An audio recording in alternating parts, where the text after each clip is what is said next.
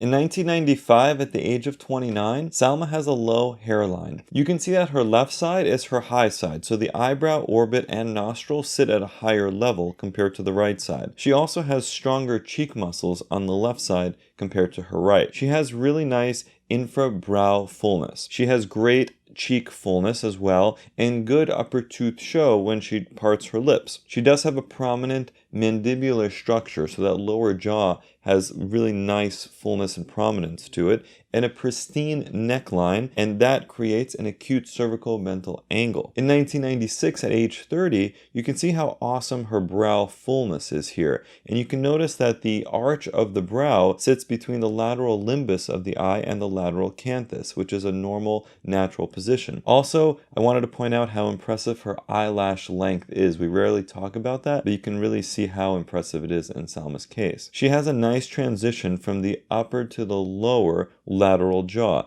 with that slight inframaxillary hollow. When I look at her nose, I see that it balances her face very nicely, and she has strong infratip cartilage. She does have a very short philtrum. I would even guess that it could be under 10 millimeters in length. She has nice lip fullness. The lower lip is almost twice the size of the upper lip, which again is very natural. Let's continue to look at Salma Hayek through the years and talk about possible cosmetic procedures that she may have had. At the end, we'll reveal the comparison from her early years to how she looks now, and we'll talk about the potential costs of these procedures. Make sure to subscribe. In 1997, at the age of 31, what I'm seeing here is again that left-sided facial dominance that we've described before. You can notice the smooth lower eyelid to cheek transition. There really are no prominent tear troughs that are visible here. When I look here on this three-quarter view, it demonstrates just how strong the chin is, which really balances out her nose and allows for that neckline to really pop. In 1998, at age 32,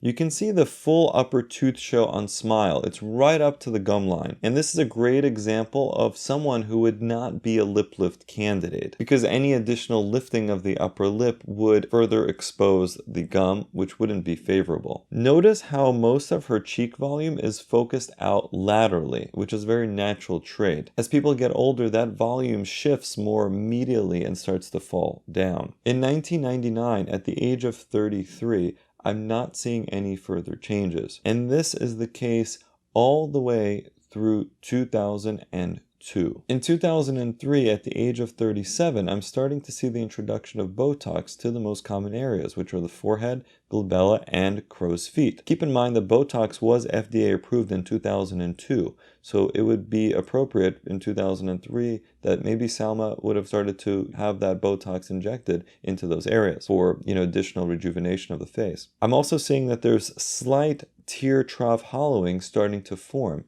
And that's because she's getting into her late 30s, and that's what happens to all of us. In 2004, at the age of 38, I'm not seeing any changes. In 2005, at the age of 39, I wanted to highlight here how flawless her skin is. And this is something that is a combination of a genetic trait, but also something that I'm sure she's worked very hard on with proper care of her skin to be able to maintain it throughout the years. And so that's been very impressive to see. There's the possible introduction of cheek filler around this time. In 2006, at the age of 40, I'm not seeing any further changes, and this is the case all the way through 2010. In 2011, at the age of 45, I'm starting to see possible signs of tear trough fillers. Also, possibly she's continued cheek fillers, and what I'm noticing is that the volume is primarily focused on the medial aspect of her cheek. And this is something that, as I said earlier, happens with the aging process to a degree,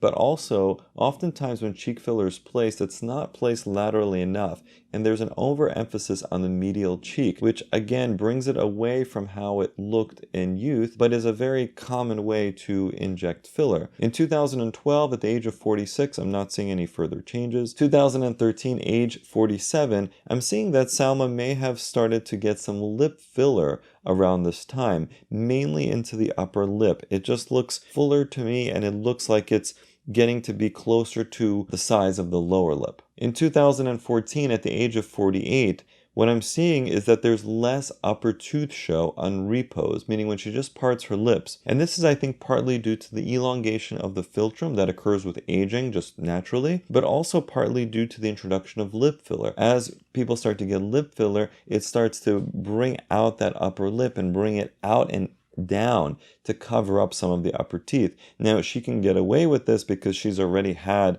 pretty significant upper tooth show in the past. Some people, when they have just a little bit of upper tooth show and they start to get lip filler, it really covers up the entire upper teeth, which isn't as great of a outcome. In 2015, at the age of 49, I'm not seeing any further changes. In 2016, at the age of 50, she still looks amazing, by the way, but I am seeing some signs of a potential brow lift, especially noticeable at the lateral aspects by the tail of the brow. And when I'm looking at this photo here, there's possible signs of a scar in the right temporal area, though of course it's not completely clear, but it's in a location just behind the hairline where one would normally place an incision. Sometimes we place it further back, and sometimes we place it closer to the hairline to allow us access to be able to lift that lateral brow. Now again, this is just purely speculation, but these are just some ideas that come to mind when looking at these photos. In 2017, at the age of 51, no further changes. 2018, age 52, I wanted to point out here that you can really start to see here the 11 lines, which are the glabellar lines that are targeted with Botox. I wanted to remind you here that the 11s are a product of the corrugator muscles. The corrugator muscles run in this direction, and perpendicular to those muscles, that's where we form these 11 lines. They're becoming more etched in, so it's possible that she's now getting less Botox. Either the dose is going down or the frequency is declining. In 2019, age 53, no further changes, and same in 2020. In 2021, no changes, and again, I'm seeing signs that less Botox is being used. In 2022, at the age of 56, I'm starting to see some signs of a revision brow lift potentially. That lateral tail of the brow was starting to descend again, and it looks like she may have gotten it relifted. So I'm not seeing any signs of a facelift for Salma Hayek. Now, how was she able to avoid a facelift, right? Because she's 56, she's looking amazing, and her jawline is very contoured, and I'm not seeing any of the classic signs of a facelift. As we've talked about in the past, we're looking at the way that the sideburns are maintained, we're looking at the way that the tragus is shaped, any signs of scarring around the ears, and I'm just not seeing that at all. But her jawline still looks great. Now, it's possible that Salma tried some non-surgical interventions to prevent further aging, and especially that drop that occurs as we age. She may have tried something like Sculptra, which is poly-L-lactic acid and stimulates our own body's collagen production, and it helps firm up the face. Another option may have been radiofrequency devices, such as FaceTite or Profound, which also has the ability to a degree to tighten the tissues. The total cost of these potential procedures is $190,000. Since you like this video on Salma Hayek, I know that you'll love our video on Scarlett Johansson. Check it out, and I'll see you there.